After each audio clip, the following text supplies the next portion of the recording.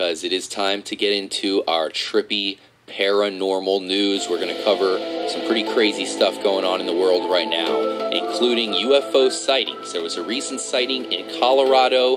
It might have had something to do with the 420 High Times event there, of course, the Cannabis Cup. But apparently some people witnessed a domed-shaped UFO that landed. So it was at an area called Loveland. That's a place I learned to ski as a kid. It was described as an unusual radiant light source. It moved above the foothills of the Rocky Mountains. It could not be identified at all, according to testimony at MUFON. There's the official UFO database. The witness was at home shaving in an upstairs bathroom. This was about 9:12 p.m. back on March 10th. He opened a window and noticed a bright, steady, unchanging, radiant source of white light. It was in close proximity to the tops of the initial foothills west of his location. The witness first thought the light was positioned on a light pole, later thought it might be automobile headlights, and he said, quote, "I was suddenly moderately surprised and shocked to observe the traveling object seemingly to stop its movement and execute a rapid drop in apparent altitude of seemingly a few hundred feet before apparently being able to arrest the plunge in the altitude and coming to a stop briefly." Now, this is interesting. This is definitely a pretty crazy sighting. I gotta say that the UFO we saw on the way to the BRN was very similar. Raspo, what did you see as we drove over the bay? I mean, you're talking one UFO. I'm pretty sure that we saw like 2 or 3 in the sky. I saw 4 lights. One I thought was a plane, but it could have been one of the UFOs. They were all hovering very low, and the interesting thing is that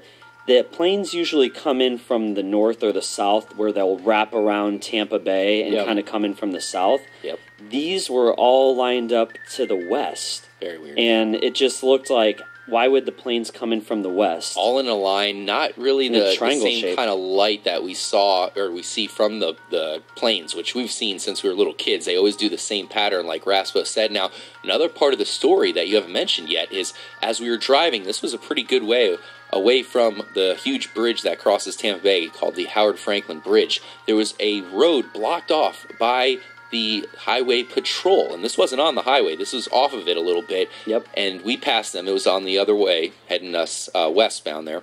And as we were driving up towards the interstate, another highway patrol car zipped by us, flooring it with the sirens on, and we were behind that guy for a while. We were kind of following him. It turned out he went all the way to the halfway point of the bridge. You had the UFOs to the left of us, crazy cop activity, and then what did we see halfway across the bridge? A random... No, not an alien.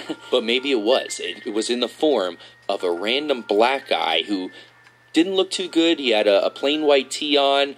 For some reason, halfway across the Howard Franklin Bridge with no car. That's, I mean, if there's one place you don't want to walk, it's really the Howard Franklin Bridge. That is long as fuck. Without a car, that's got to suck pretty bad. This guy was at the halfway point, not looking too good.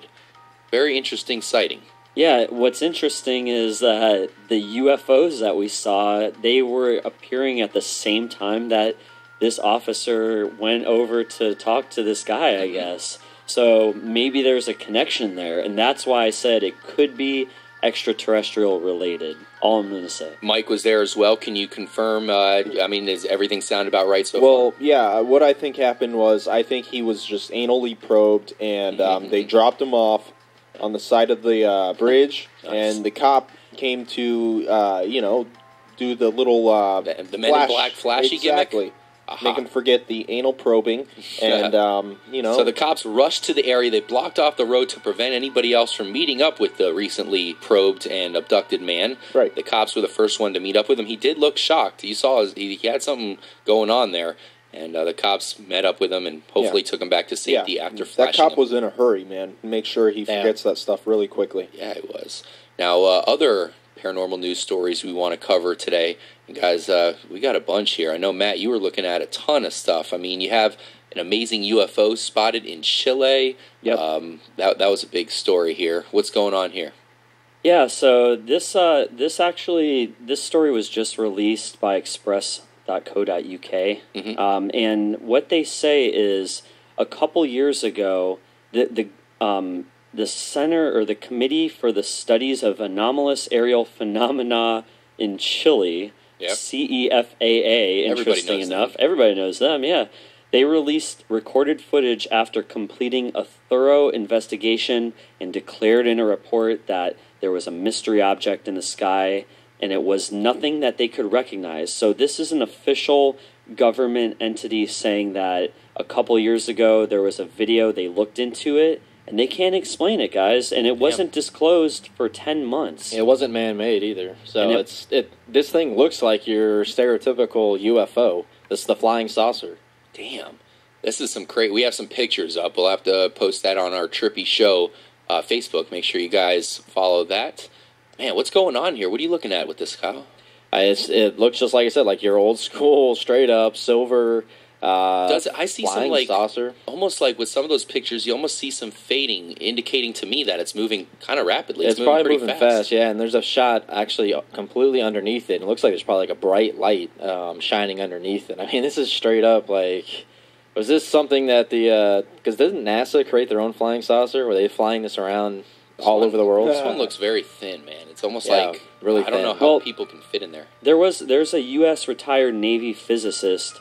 His name is Bruce Maccabee, and he's a photo analyst. He tells the Huffington Post, in the second image, there appears to be a very bright hemispherical shape, convex downward, possibly a UFO enveloped in a cloud of vapor. What? So maybe these UFOs, or this particular UFO, was using a particular form of smoke shield in the form of a vapor to kind of disguise itself. The vaping UFO? Or was it like just like an asteroid flying through? It could be the way it looks. Especially with the vapor and stuff coming off it? I don't know, man. This thing looks more like it just looks like a flying saucer. Yeah, it does look like it's going more like straight across, not really coming down as much. And it doesn't really look like it's getting closer to the ground as it's flying over. Asteroids usually like they become brighter, so I feel like if it was an asteroid, it would have like burnt up over the sky. I mean, we've talked about stories about asteroids coming into the Earth's atmosphere on these paranormal news segments. I mean, these things get really bright. They look really trippy. This one looks just like a retro UFO. I visited the UFO Museum, which was in Roswell, New Mexico. We all know about what happened there, and the same thing was sighted there. It was that silver, looks like steel or something, not very big at all, flying through the air. So that's pretty trippy, to say the least. I also wanted to give an update on the Large Hadron Collider. We've also talked about that quite a bit. That thing's up and running now, Raspo, so that's pretty crazy. We have to let people know if anything trippy goes on with this thing. It is currently in Switzerland, so that's a big thing going down. They're currently trying to create things like the Big Bang Theory. It's in Switzerland, and at the same time, if they create a black hole can be so dense that it can basically suck in the Earth, and we could all kind of disappear, in theory. Yeah, I just want to give an update on that. Basically, there's a website called the Engineer Design and Innovation Show. It's theengineer.co.uk. Definitely recommend you guys check it out, especially for you science lovers. They're going to be doing a Q&A segment on the HC, the Large Hadron Collider there. So that will go down Friday the 25th. So you have to get your questions in by Friday the 25th, and we'll be covering that. We definitely want to know all of the intricate questions that they will be asked. This is an opportunity for CERN to get some answers out there on what they plan to do now that the Large Hadron Collider is officially restarted and they're trying experiments. Any questions that you can think of, Kyle? Like, what the hell are you doing? I'm more worried about if they're going to create many black holes, are they going to create one that is large enough and heavy enough to cause some problem? Yeah. Raspo, any questions that you have for the Large Hadron Collider? They're accepting questions until April 25th. I would say, what is the % chance that they actually are going to make a black hole? Like, what do they really think? Because now these are some of the top scientists in the world, you guys, and the way that they're doing this is they're smashing light photons together. I want to know why are they doing this? What is the whole point? That's besides just question. being scientists and studying more. And this like, is what is this something- going to do for us? Yeah, it's something that's so huge with modern day science and what they're trying to discover. So we will cover this here at the Trippy Show. You have the biggest machine on Earth being run. They're spinning around atoms, trying to create different, things like the Big Bang Theory, all kinds of different theories that they're trying to prove. That's what they're trying to figure out, like how the universe was created. This is kind of like Pandora's box, though. You know what I Exactly. mean? It's like Could you're be opening messing up a with- gateway to hell. And that's why we're going to talk about it, and we'll make sure to cover the question and answer segment and let you guys know the big answers that are most likely going to come down the pipeline.